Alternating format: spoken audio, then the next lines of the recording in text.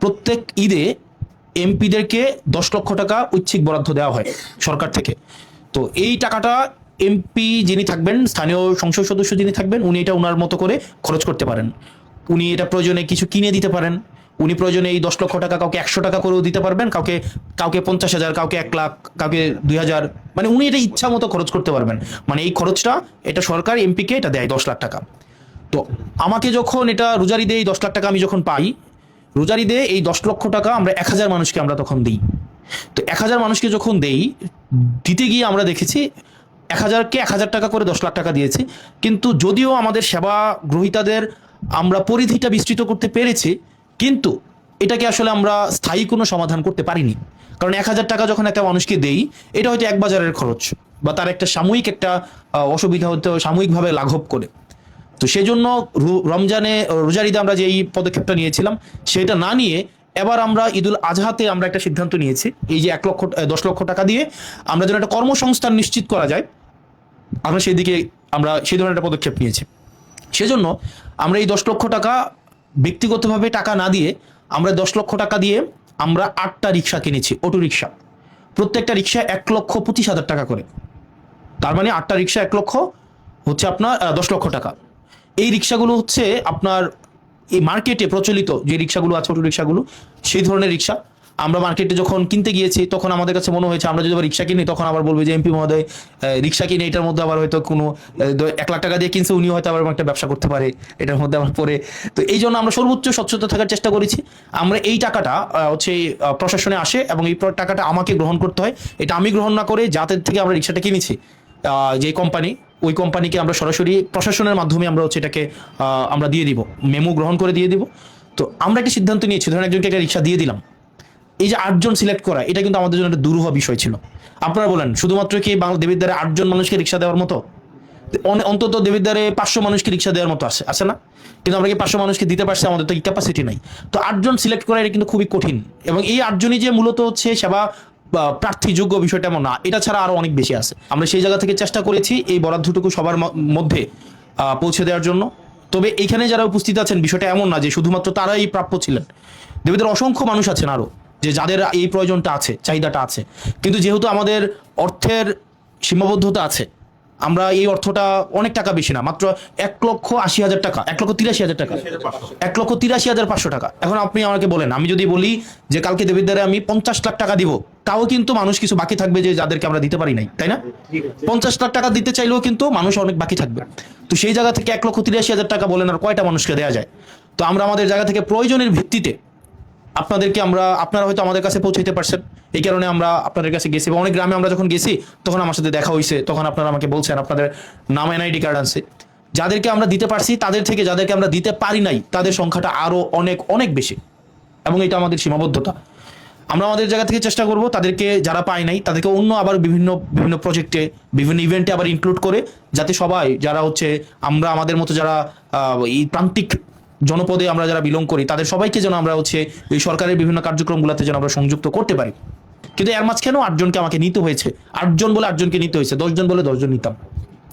এখন পরবর্তী তার একটা চিন্তা আসলো, এই রিক্সাটা যদি আমি দিয়ে দিই, বেশিরভাগ ক্ষেত্রে এরকম হয়েছে, অনেক সময় রিক্সা বিক্রি করে দেওয়ার একটা প্রবণতা থাকে, বা রিক্সা নিজে না চালিয়ে দেখা যায় রিক্সা ভাড়া দিয়ে দেয়, এই ধরনের একটা প্রবণতা থাকে। তো সেজন্য আমরা একটা সিদ্ধান্ত নিয়েছি, এই রিক্সাটাকে ওনাকে আমরা দান অনুদানে হিসাবে দিচ্ছি না, আমরা রিক্সাটাকে ওনাকে ঋণ হিসাবে দিচ্ছি। একটা রিক্সার দাম 1,25,000 টাকা, উনি প্রত্যেক দিন আমাকে 100 টাকা করে ফেরত দিবেন। তার মানে 8টা রিক্সা আমাকে প্রত্যেক দিন কয় টাকা ফেরত দিবেন? 800 টাকা। বছর মাসে কত টাকা? 24,000 টাকা। এই 24,000 টাকা দিয়ে আমি কিন্তু আবার এই প্রত্যেক মাসে কিছু নারীকে এই টাকাটা কিন্তু আমি দিতে পারি, বা যারা সেবা প্রার্থী আছেন বিভিন্ন, তাদের কিন্তু আমি দিতে পারি।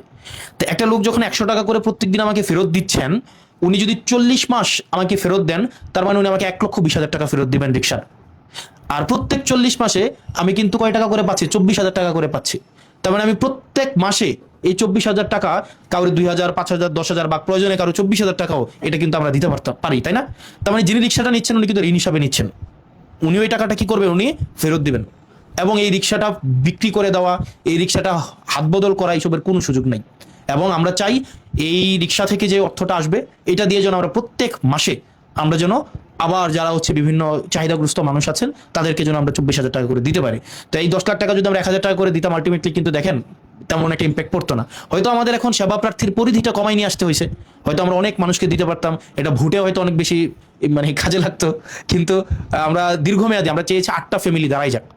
একটা রিক্সা থেকে, একটা অটো রিক্সা থেকে কত টাকা ইনকাম হয় পার ডে এখন? মিনিমাম 1,000 টাকা হয়, তাই না? তাহলে 1,000 টাকা ইনকাম হইলে খরচ টরচ বাদ দিয়ে তো 20,000 টাকা তো থাকা উচিত, তাই না? একটা পরিবারে 20,000 টাকা থাকবে না? তাহলে এই পরিবারটা তাহলে দাঁড়াই যাচ্ছে না? তাহলে 8টা ফ্যামিলি যদি দাঁড়াই যায়, একই সাথে সাথে ওই লোকটা প্রত্যেক মাসে 3,000 টাকা করে আবার কি করতেছে, আবার তার মতো করে অন্য মানুষ যারা আছে একটু লিমিটেড ইনকাম, তাদেরকেও কিন্তু উনি আবার কন্ট্রিবিউট করতে পারছে, তাই না? তো এই টাকাটা এবার আসেন, এই টাকাটা কি আমারে দিবে উনি 3,000 টাকা? তাহলে দেখা যাবে কি বলবো আমি রিক্সা বিজনেস শুরু করছি।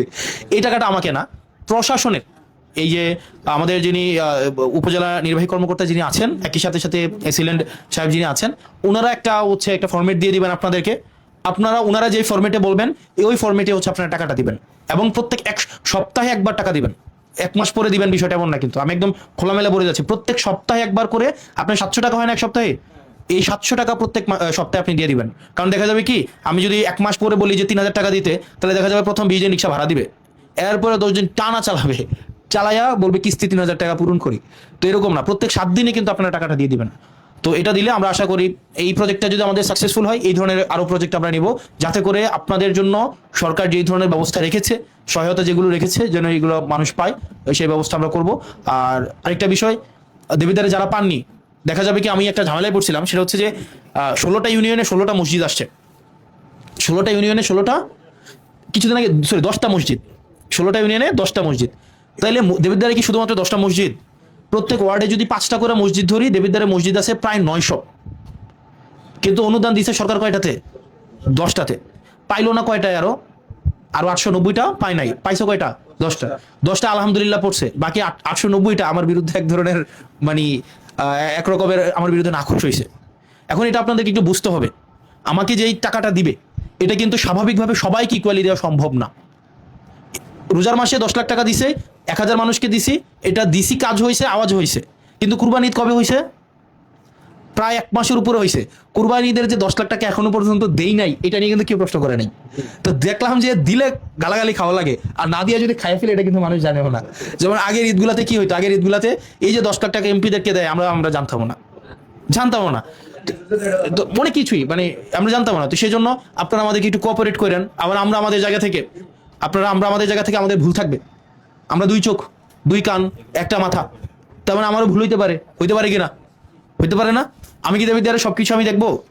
আমাদের যিনি উপজেলা নির্বাহী কর্মকর্তা উনি যিনি আছেন, উনি কি দেবিদ্বারে সবকিছু একসাথে? আপনার একটা ঘর চালাইতেই তো আমাদের কষ্ট হয়ে যায় না? উনার আন্ডারে এতগুলা ইউনিয়ন, এতগুলা গ্রাম, এতগুলা দায়িত্ব, উনারও তো ভুল হইতে পারে কিনা? পারে না? এই জন্য আপনারা আসবেন, আইসা খুব সুন্দরভাবে, বিনয়ীভাবে, ভদ্রভাবে বলবেন যে ব্যাপারটা হচ্ছে এরকম, আমাকে এইভাবে বঞ্চিত করা হয়েছে, বা বিষয়টা আমি এইভাবে মনে হচ্ছে যে আইনের আশ্রয়টা পাই নাই। আপনারা যদি এই বিষয়টা দেখতেন, তাহলে আমরা এই বিষয়টা সুবিধাভোগী হইতাম। পারবেন তো নাকি? আমাদেরকে একটু ভুলটা ধরাই দিবেন, আমরা সংশোধন করে নিব। দিন শেষে আপনারা যদি আমাদেরকে চান, আমরা কাজ করাটা আমাদের জন্য সহজ হবে। আপনারা ভালো থাকবেন, সুস্থ থাকবেন, চেক আপনাদেরকে হস্তান্তর করে দিবে। আর রিক্সা আমরা একটু পরে নিচে দিয়ে দিব।